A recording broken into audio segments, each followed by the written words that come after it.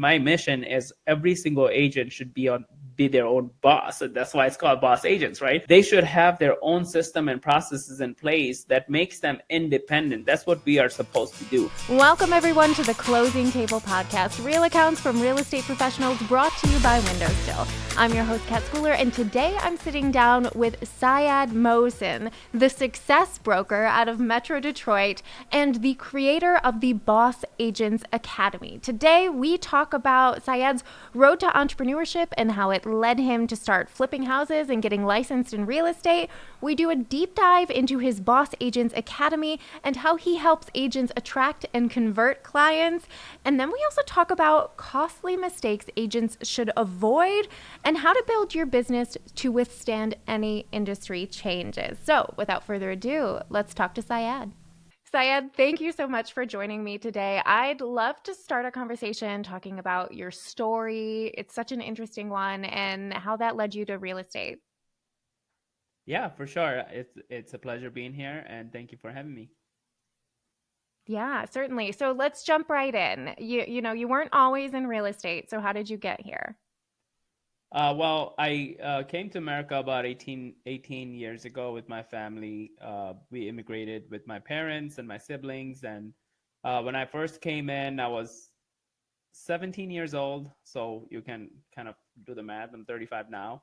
And I was senior in high school. I didn't want to. So basically, I was at a position where I had to either start fresh as a freshman to get the scholarship or just skip the 3 years and just graduate in 6 months and go to college. So I decided to do that. I didn't want to go back.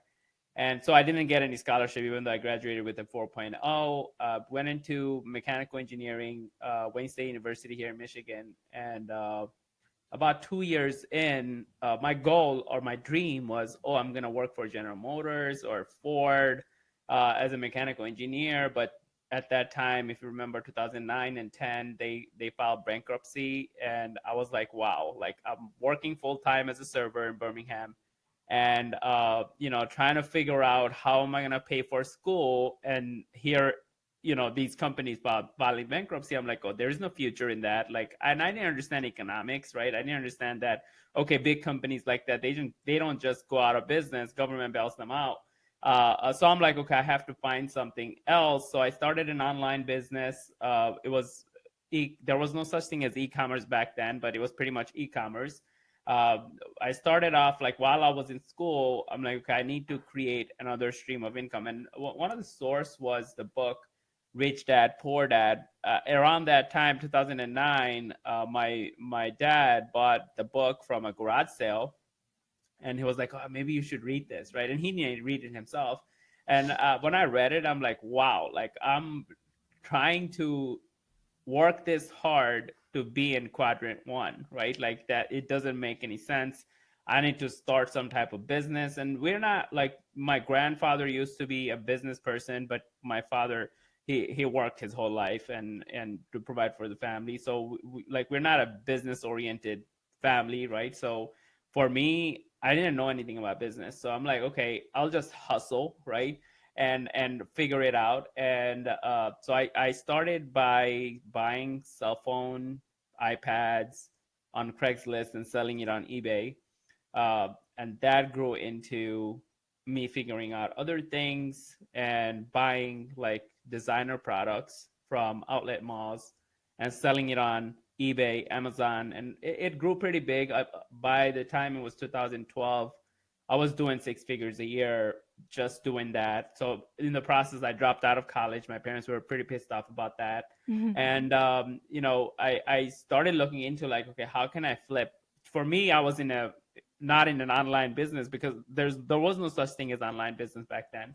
For me, I was in a money flipping business. I was flipping my money, right? So I'm like, okay, what are the higher item products that I can flip? And reading the book Rich Dad Poor Dad, it was real estate. Like real estate was always in the back of my mind, but I always thought like I needed a lot of money, right?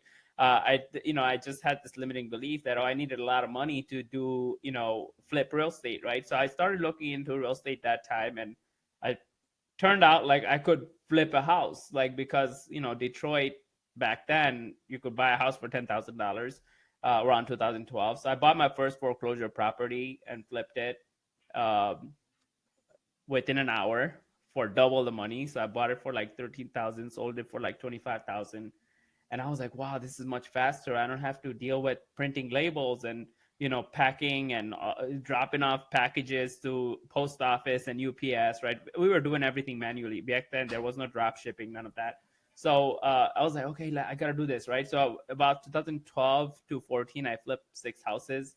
And around that time, Amazon also started becoming stricter because Amazon started growing and they wanted those brand companies to come to Amazon. But those companies couldn't come to Amazon because we were competing against them.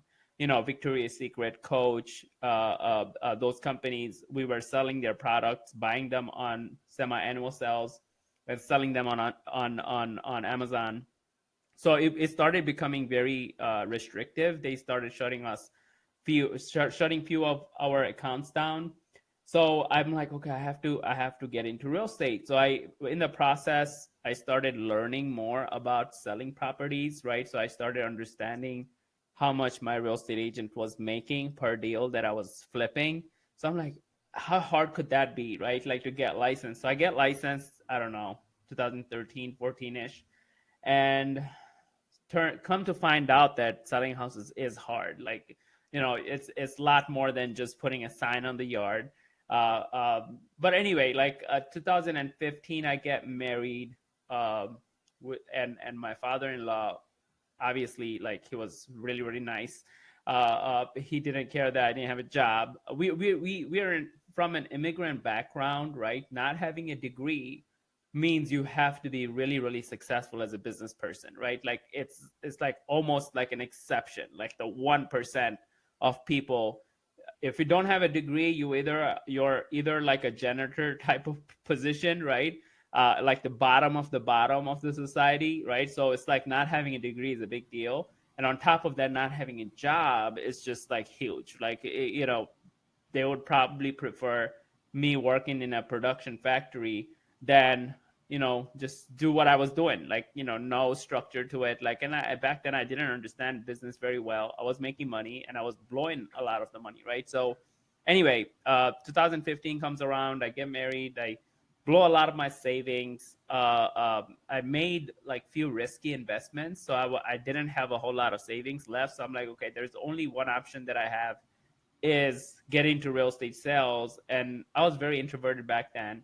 So it wasn't very easy for me to just get into sales. I went through like the trainings, and pretty much all trainings in real estate were teaching me to beg for business, right? Like cold prospecting, door knocking, hosting open houses. I didn't mind hosting open houses. I tried hosting one open house, but to me, it was just such a waste of time. Like, I followed the mega open house model, right? You go door knock and you invite everybody and you do all this stuff. And then you sit at the open house for 2 to 4 hours. And to me, it's like, wow, there's so much waste of time, because a lot of those people, and if you remember 2015 market, wasn't like everyone were not super excited about open houses. Like everyone wasn't super excited about buying houses either. Like we were just coming out of a whole housing recession, so people were still skeptical about housing, and it was very difficult. There was more open houses than buyers, right? There wasn't that many buyers walking into your open house, so it felt like a waste of time to me. And uh, but anyway, that was kind of the story of how I got into real estate. There's so many cool points there, and we're both millennials, we're kind of similar in age. And like what maybe younger people have to remember is that like Amazon started as an online bookstore, and like one day I'll have kids and I'll tell them this story and they'll tell me I'm crazy, but it's like I remember when Amazon sold college books, like specifically like Yeah. college books, and I got like a free 6 month subscription of Amazon Student. That's what it was before it was Amazon Prime, where you could get free shipping because they knew we Hmm. were all like poor and in college and it was a recession.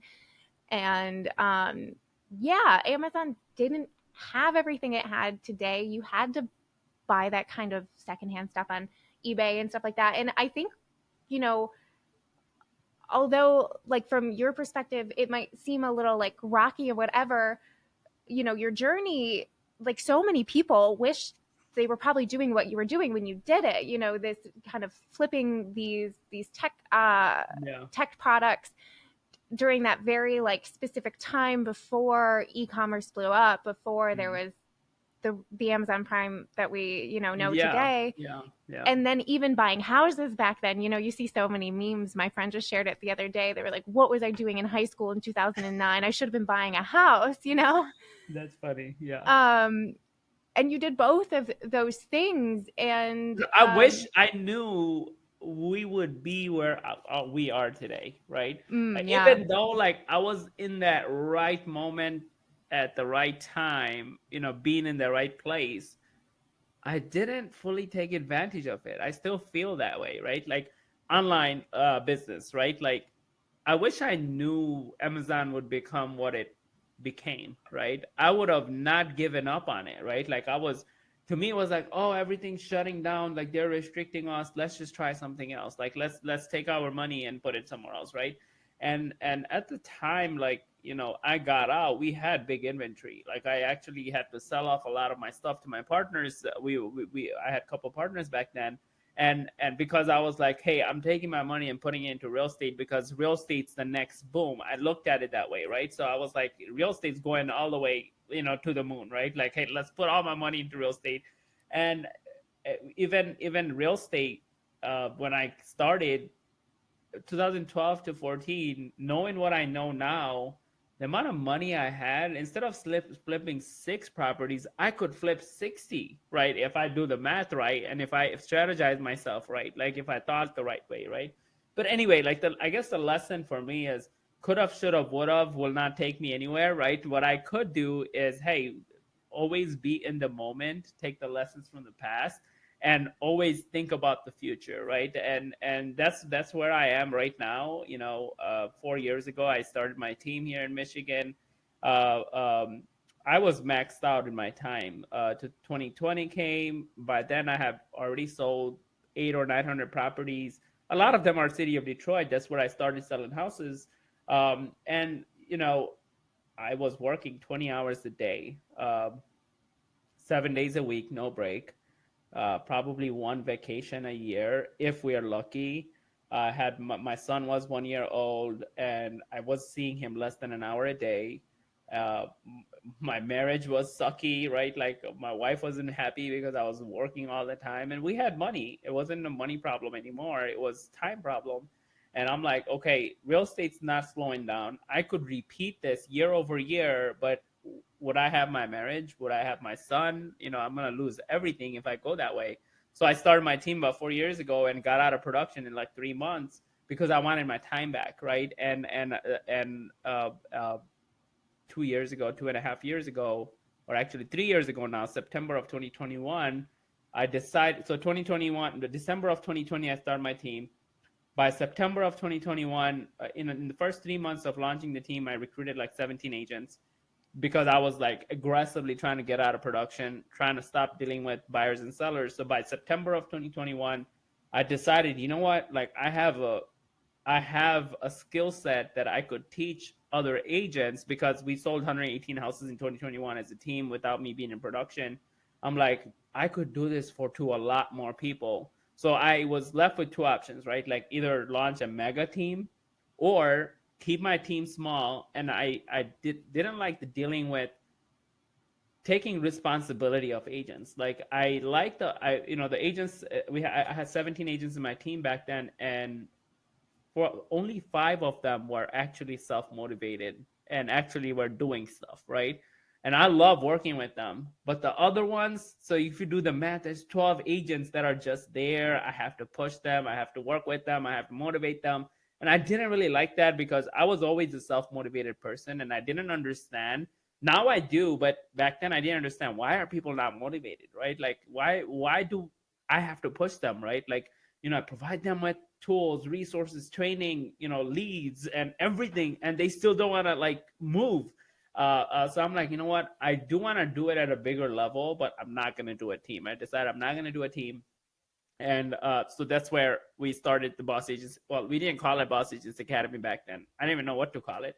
But about a year into it, I decided like, hey, I'm gonna rebrand myself and call myself boss agents. So agents that want to be their own boss, it's gonna be a community for them. But anyway, that was, I don't know if I went on a tangent, but that's the story behind how I, my journey into real estate and where I am. Oh yeah, the reason why I gave you that tangent is that I always, from that experience of losing out on the e-commerce boom, right, and the real estate boom, like even though I was in it, like I felt like I didn't take advantage of it. We are kind of in that same situation now with real estate, right? Yes, I could go back and produce a lot more than I ever did. We have a database here in Michigan of 135,000 people, and we know we have the systems in place, we have the marketing in place for us to be able to do a lot more production if I am involved. Over the last 1 year, I have actually scaled down my team itself. Now we are at 5 agents. um, I could do that, or I could do it a lot bigger, because the market with the NAR situation and everything, there is a big gap in the coaching side of real estate. So I'm like going all in into taking advantage of the biggest opportunity in the marketplace. Yes. Oh, that's a perfect lean in because I definitely want to talk about your Boss Agents Academy. And I think coaching and mentorship in real estate is really important, right? Most 85% of agents drop out in their first year or two. And especially, I think that number could rise a little bit with these 87, changes. yeah. Yeah, Yeah. yeah. Yeah. You know, I think I think we as people are a little resistant to change. Like, I think we're slow to change. And so, suddenly you throw a big change at an industry, and some people are going to adapt and some people Yep. aren't. Like my grandmother, well, this is my quick tangent. My grandmother she was an insurance underwriter for like her whole life. And she ended up retiring super early at like 55. My whole life, she's been retired because they were going from paper to digital. They were digitizing all She their was like, documents. I'm not doing that. This woman wakes up at like 5 a.m. every day because she doesn't know how to change her alarm clock. Like, she is very resistant to technology, and like that's fine. She's, 92 years young. She's going strong. But she doesn't have internet. It's just that she didn't want to adapt, and she had the ability to retire, and so she did. And I'm not saying that's going It's to be probably easier for her to move into an Amish village, right? probably, yeah. No, she does love her TV. She loves her basketball, so you can't take that away from Okay. her. Um, but you know, to each their own in that situation. But back to you and your Boss Agents Academy. I would, your mission is to help agents reach more people, close more deals, and create freedom. So I would love to dig into how you do that through your training program. Yeah, for sure. So, going back to when I started, the first 2 years, I sold 10 houses. Like when I got into sales, right? I sold 10 houses. And when if I look back, and it was one of the main reason was I didn't have a blueprint, right? Like one of the main reason was like no one taught me how to build a business, right? I was coming out of building a business that didn't even exist, right? Going into real estate sales, and I quickly understood that this is a business. This is not just a sales job. I'm an independent contractor and I'm free to do what I want, right? So I knew that I needed to build a business, but no one was teaching that, right? Everyone's just teaching how to chase that next commission, right? And up until my third year in getting into sales, I decided, like, I still remember I crashed my car. I was actually, the first 2 years I was actually driving Uber. Even Uber was new back then, right? Like not a lot of people were doing it. I was driving Uber to be able to pay for rent when I got married, and uh, that was about like 2 months into me getting really serious about wanting to make real estate sales work.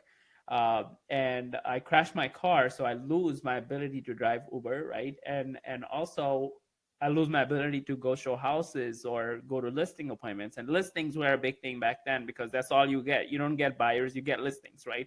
And I still remember the week I decided, you know what, I'm gonna go all in.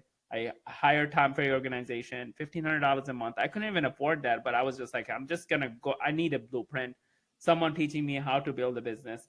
And I hired them, and that same week I crashed my car. And the day before, I set a listing, my very first listing appointment, and I crashed my car, so I had to get dropped off.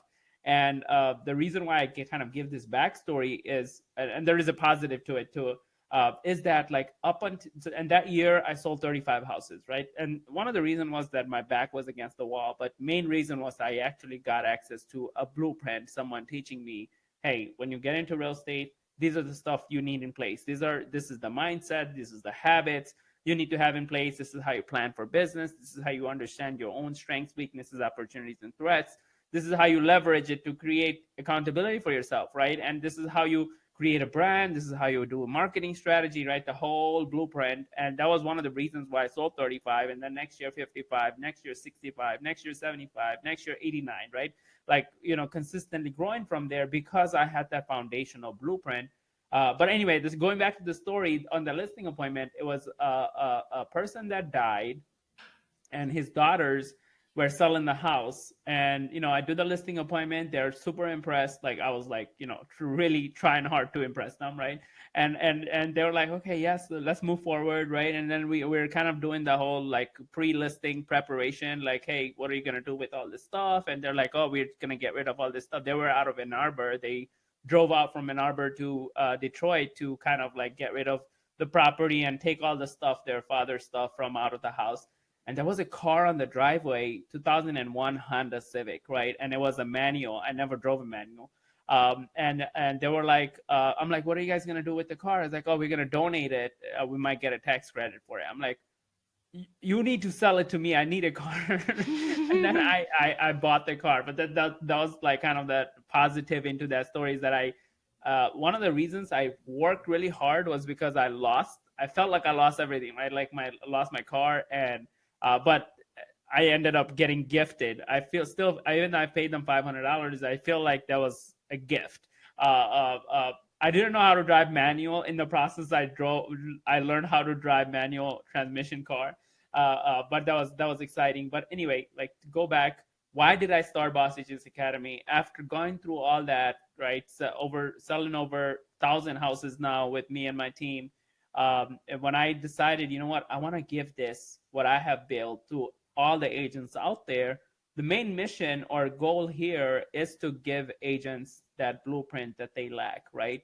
Especially, I used to think that no agents have this problem, but now I know we have over 120 active members in our community.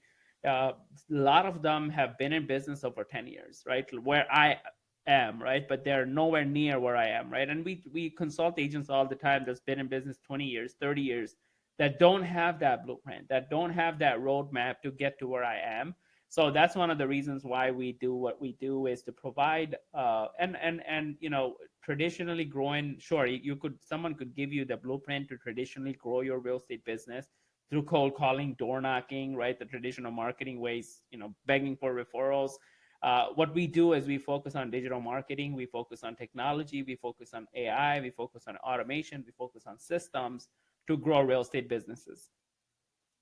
Awesome. So for folks who are taking your training, is the kind of impetus very similar to what you had, like kind of, getting your time back through all of this automation? Is that kind of, I mean, also like sell more, but that's kind of the ultimate goal. Yeah. Yeah, for sure. I mean, automation could only take you as far as you are, right? What I mean by that is, if you don't have certain habits, if you don't have a certain processes in your implemented in your business, automation can't help you, right? If you don't have a database built, automations cannot build your database. Automation could automate the follow-up and retargeting and reactivating that database, but you have to understand kind of, you have to bridge that knowledge gap first, right? So with us, there are three ways we deliver results to our agents. First step is to bridge the knowledge gap. This is where the training comes in, right? Giving you the blueprint, like transferring our blueprint into your business and making it your blueprint. So you got to bridge the knowledge gap and implement that knowledge into your own systems and processes. And the second thing is support. Like agents, even they could buy a course or they could go on YouTube and learn the stuff that we teach, right? It won't probably be all in one place, but they could, if you do enough research, you could probably come across that knowledge. But the problem is when it comes to implementing that knowledge, most agents either feel stuck or they, feel demotivated, confused, not having clarity, right? So that's where the support comes in. We do 5 group coaching calls a week. Every single day, we are on calls with our agents in our community. They jump on, and whatever they're stuck with, whatever they're feeling confused about when it comes to implementing the blueprint, I'm helping them, right? Like I'm literally in their business, helping them walk through that roadmap to build their own business. And then the third way is the technology, right? That's where our systems come into play. We use High Level. I don't know if a lot of people out there are familiar. They're starting to get familiar. A lot of agents don't know, but High Level is a big platform that allows you to combine all of your marketing campaigns in one place. So we have built something on High Level over the last 4 years. I'm still yet to find someone else in the real estate space that are doing things at the level that we have.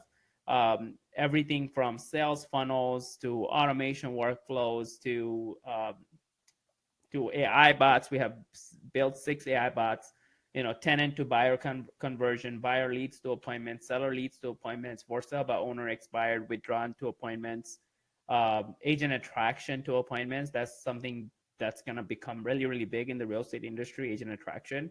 And also a general secretary bot that can watch all of your communications and qualify those communications and book appointments for you on the calendar. Um, yeah, there's a lot that comes into the software. It allows people, one of the biggest struggle I had when I first started, when we didn't have High Level, what we have now, was to teach agents how to take different pieces of different technology, put them all together to do what we do, our blueprint. And it was very difficult because agents themselves are not very tech savvy. Your average real estate agent is 55 years old. And then, even if they are tech savvy, they don't have the time to build all this together, go sign up for this platform, that platform. And it used to cost us $5,000 a month to have all this technology put together in one place, just on subscription fees to platforms, right?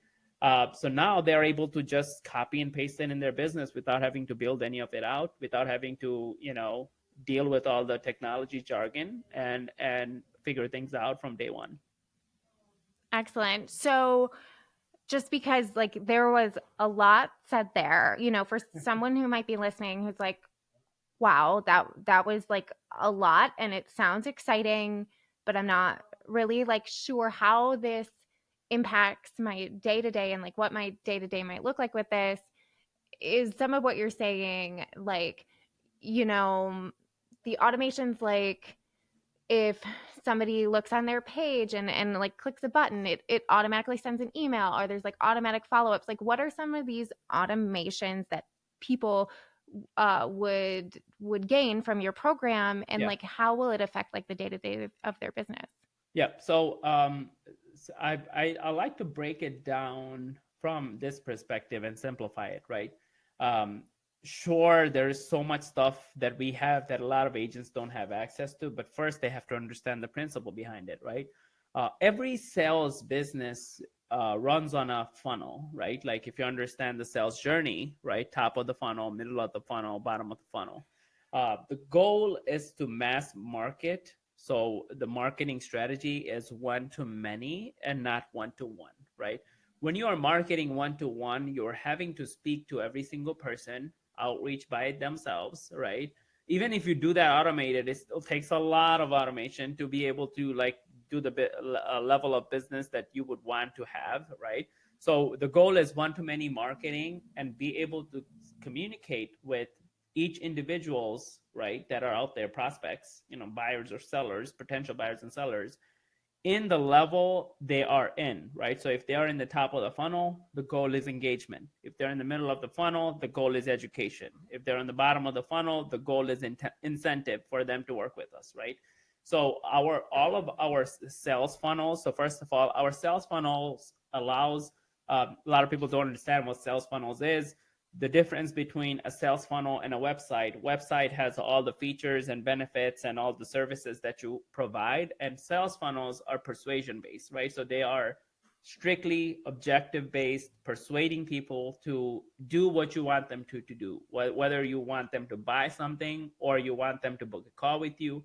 For real estate, it's actually book a call, right? That's the objective. It should be in marketing, it's booking a call with you, so you're not chasing them, they're chasing you, right? So with the sales funnel, what we create is them, the buyers or sellers. So we have buyer funnels, seller funnels, we have brand funnels, we have agent attraction funnels, where 24 hours a day you can bring traffic to your funnels, where people are being persuaded, or there is psychological treatment, I call it, where you are building authority, you're elevating your status as a real estate agent, or team leader, broker, whatever it might be, in the eyes of your prospect, for them to be persuaded to want to talk to you, right? And you can't really do that 24/7 while you're sleeping when you're one-to-one marketing, right? So whether you bring the traffic through organic traffic, social media, Google My Business, right? Like your Zillow profile, realtor.com profile, whatever it might be, or paid traffic, Facebook, Instagram ads, Google PPC, local service ads, YouTube ads, you're bringing traffic. The goal is to bring traffic to the funnels.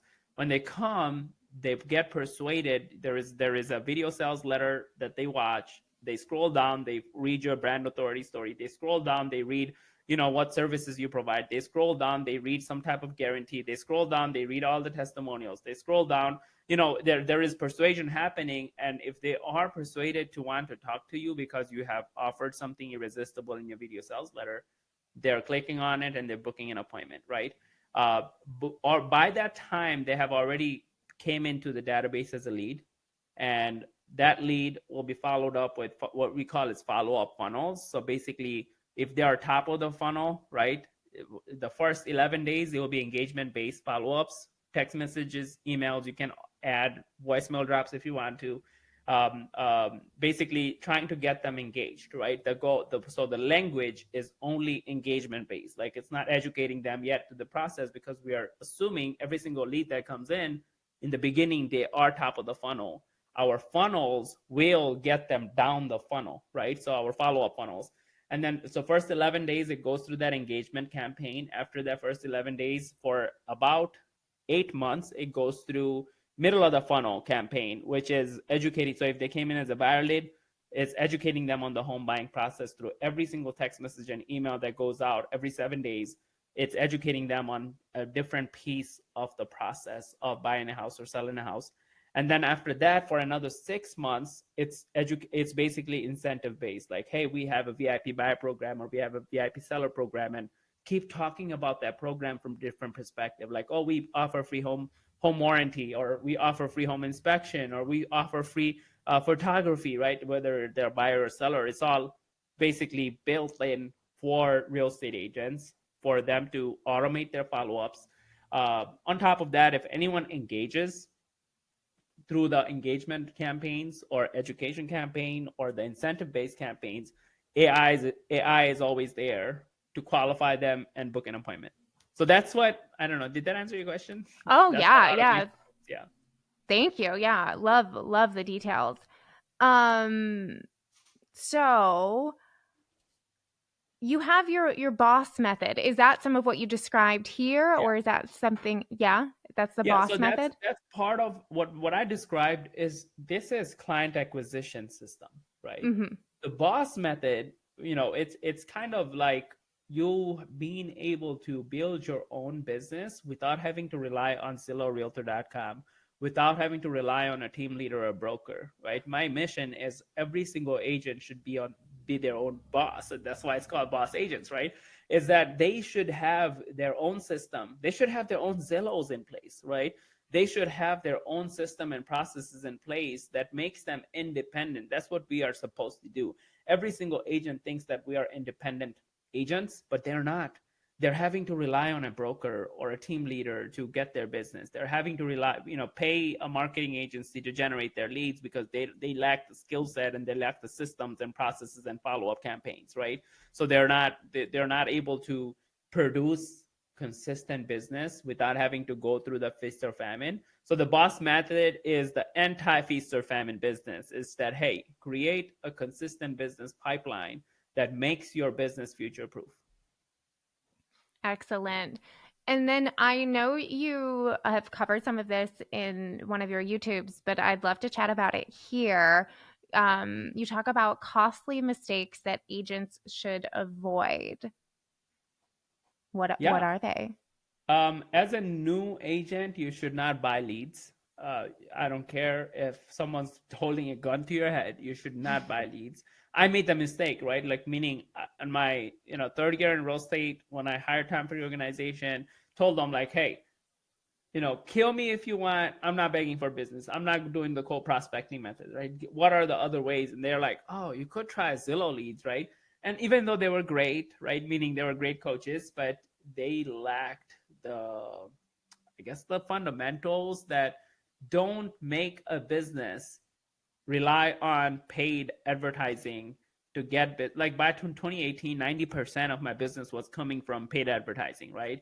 Meaning I was literally crippled. Like if I didn't have paid advertising, and if I didn't get off that hamster wheel, I probably would not be in business because I would have burnt myself out. 30 to 40% of my commission were going to spending money on ads. So if you're a new agent, do not buy leads. I know it's tempting. And first of all, most agents are not taught how to convert leads properly. They don't have the systems in place and automations in place to stay in front of people consistently to be able to convert leads effectively. So when most agents, whether they're experienced or new, when they start online leads first, they go through a 6 month to a 9 month process of learning how to convert them because they have never had that skill set before. Online leads are a complete different beast. Most agents are buying leads expecting the leads to be pre-qualified to buy a house today, and it's impossible. The only 5% of leads you would buy online would actually be that, if that, right? I would say only 1% of online leads you buy that are pre-qualified buyers. Like they have already talked to a lender. So 1%, imagine out of 100 leads, only one person would be pre-qualified. But with most agents, they don't even have a follow-up process in place to find that person out of 100 leads, right? They call the first 10 and they stop calling them as consistent as they should, and then they miss out on the 90, and that one pre-qualified buyer's in that 90, right? So and it doesn't mean that you only close one deal every 100. You could close 5 deals out of every 100 every 90 days, but they just don't have that muscle memory to follow up consistently, to stay in front of people consistently, have the right conversation, have the right approach, have the right tonality to convert them into a consultation, have the right consultation framework to convert them into a qualified buyer. So if you're new, don't spend money on ads. Instead, go, that's what I would do. If I lost everything, I would go back to the people that I already know, people that already trust me, right?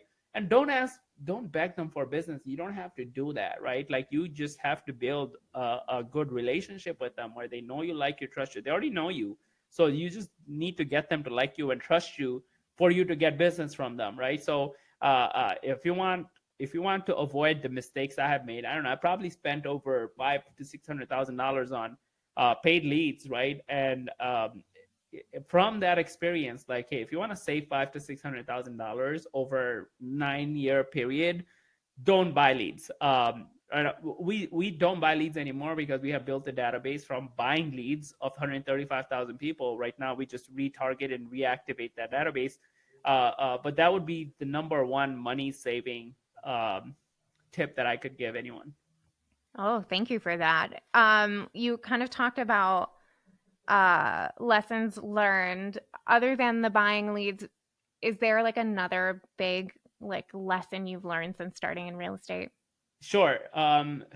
When you're hiring first of all, you need to hire a coach. I don't care who you are. I don't care if you're Superman. You need a flying coach, because like even if you are like Superman and you could fly really well, right?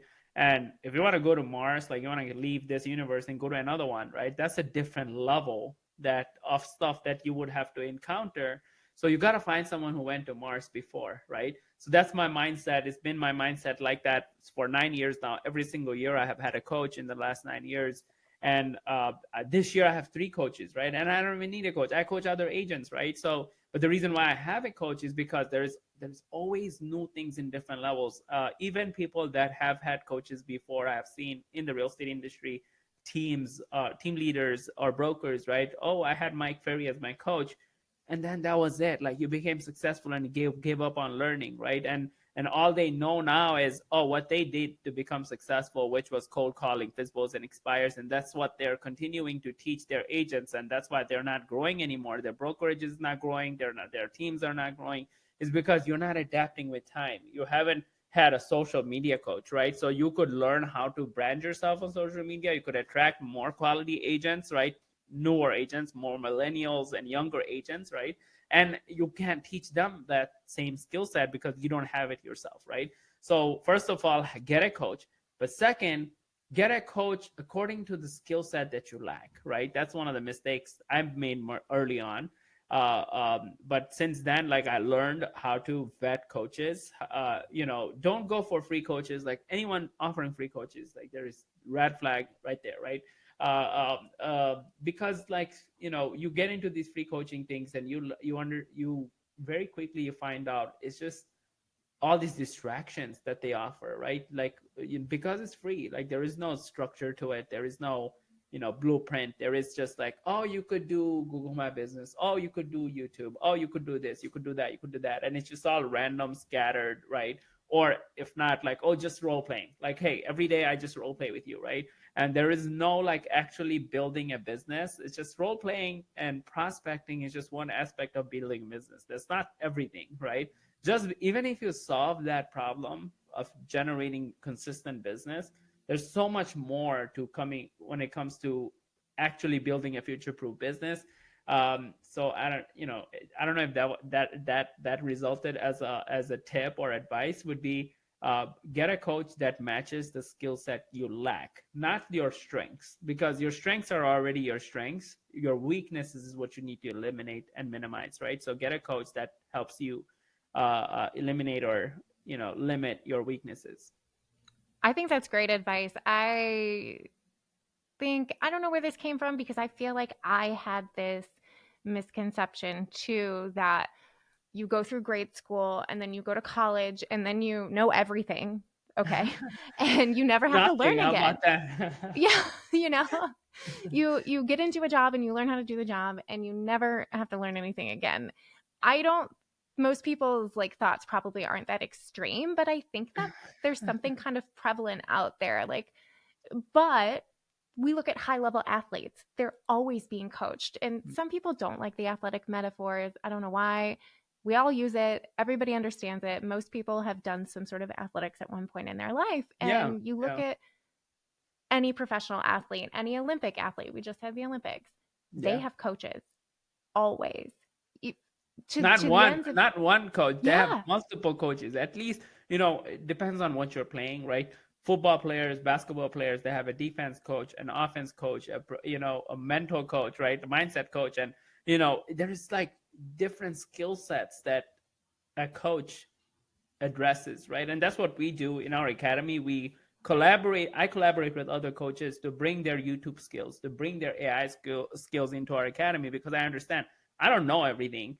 And I have had coaches that taught me different stuff, but I'm not good at teaching everything either, right? So I'm Hmm. good at holding people accountable to walk my roadmap, but I have built my roadmap by collaborating with other coaches, right? So and I like the athletic analogies, because if I'm going to compare myself to something, it should be high performance, right? If you could think about high performance at any level, right? Athletes are it, right? Like I don't care what they're playing, boxing, basketball, football, right? Doesn't matter what. Like, sports requires a human being to be at their highest, at the peak state of performance, right? So if you are gonna compare yourself to something or business to something, it should be peak performance, right? And I love that analogy with athletes having multiple coaches or having a coach to be able to perform all the time. They don't just become like an athlete and say, "Oh, I'm an athlete now. I made the NBA," and forget about the coaches, right? Which is what we do in real estate business. Yeah, and I mean, I think this is to say that you don't need, like an athlete, you don't need all those coaches maybe at the same time. Like that could be information overload and maybe wouldn't suit you. Yeah, you got to But start basic. Yeah. yeah, but I think like anybody who's a freelancer in anything, like even in a creative field, any entrepreneur, building a business, you need support, and you need reinforcement, and you need like an unbiased third party, or rather someone who's invested in you, who can be honest. Yeah. And I think a lot of these fields, like entrepreneurial, like creative freelance, any sort of kind of Mhm. freelancing aspect, the coaching aspect is a little newer and maybe a little uncomfortable for some people. But you know I've found with Mhm. my creative pursuits, I have a coach, and it's a game changer. Yeah. Yep. For sure. Yeah. Sweet. So, Syed, what challenges are you seeing in the current real estate market? It could be that you're seeing these in other agents' business, and how are you seeing these challenges be overcome? Yeah, so we talk to a lot of agents. Like if you look at my calendar, it's crazy. Like we talk to, between me and my team, we talk to 7 to 8 agents a day that are not part of our coaching program, right? Like these are strangers to us, right? Like people that are booking a call on our calendar, want to talk, learn more about our program, and we do that as first of all market research, right? Like so we are always on the know of what agents are seeing and what are they struggling with, right? That's our way of free way to get access to that many agents. We have consulted in the last 3 years over 3,600 agents, and I'm very in tune with like the heartbeat of the real estate sales industry by doing that. Another thing why we do it is as a public service. Like, hey, sure, you don't have to work with us after this call, but if it sounds like to you that we could help you, then we can talk about doing business together, or helping you and getting you into the academy. And by doing that, what I'm seeing now, especially over the last 2 months specifically, right, is there's two types of agent right now. One is oblivious to the changes that are coming, right? They think, oh, everything's business as usual. They have their sand, intentionally or unintentionally, right, where they are intentionally putting their head in the sand and like, oh, nothing, there is nothing scary in the closet, right? Like but they are very, very scared. Or unintentionally, meaning, oh, I have done my business this way always anyway, so I'm good to go, right? And then the second type of agents, like scared shitless, right? Like they're, I don't know, I don't know, I'm allowed to say that, but like Yeah. they're like scared, shaking in their pants, right? It's and it, sure, some of it is justified, but I think a lot of that fear is unjustified if they were prepared, if they ran their business this proper way from the beginning through consultation and getting an agency agreement signed, right? The whole NAR situation that's unfolding, right? I would say that's probably the biggest thing right now. How do we combat that? Three systems in place: attraction system, conversion system, and retention system.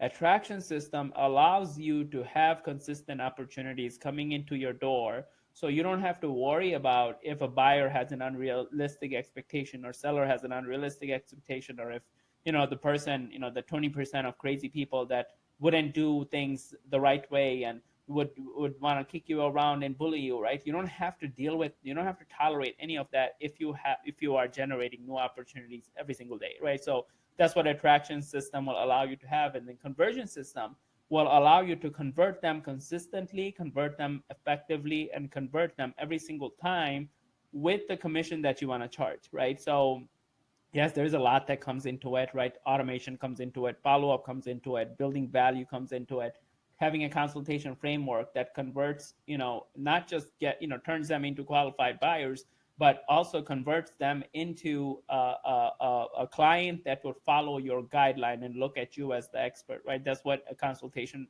should do to a person, right? So conversion system allows you to convert buyers and sellers to a qualified client, right? Not qualified financially, qualified to be your client. And then the retention system allows you to eliminate any miscommunication, misrepresentation, any confusion in the process of servicing your clients, right? So a retention system should be an onboarding process that you have for all your clients when you serve them. And once they go through that, they become raving fans, they become raving clients that does multiple deals with you and that sends you referrals, right? So once you have that, it doesn't matter if the whole industry turns upside down. It doesn't matter if real estate became a whole different industry, you would be in business because you control the economy or your economy at least, right? You control that, narrative for your own business and you could run it however you want to. Everyone else could out there, doing it for 1%, you could still do it for 3% because you control the data, you control the communication, and you control the service. Yeah, you're future proofing your business. Yeah, for sure. Oh, love it. Okay. I'd love to wrap up with talking about your goals. I know on a podcast about a year ago, you said your goal for Boss Agents Academy was to, help 1,000 agents. Yeah. How's that going for you? What does the Yeah. future So look we like? we are at 120 plus, I believe 120, between 120 to 125 active, and we have done probably another 50 to 60 agents that are not with us anymore. We used to have a shorter program, 3-month program. Mm-hmm. Now we have a year-long program. I have made it more extensive. So yeah, I mean, we are well on our way for sure. My goal is to hit that by 2030 in the next 6 years. Yeah. Awesome. Well, Syed, I'm so excited for you. I'm so excited for people to listen to this and hear about your Boss Agents Academy and maybe go check it out. Would you like to tell people where they can find you and how they can work with you? Oh yeah, for sure. Anywhere on social media, Facebook, Instagram, LinkedIn, Twitter, TikTok, YouTube, you can find me as the Success Broker. I call myself Success Broker is because I see myself as brokering success to real estate agents.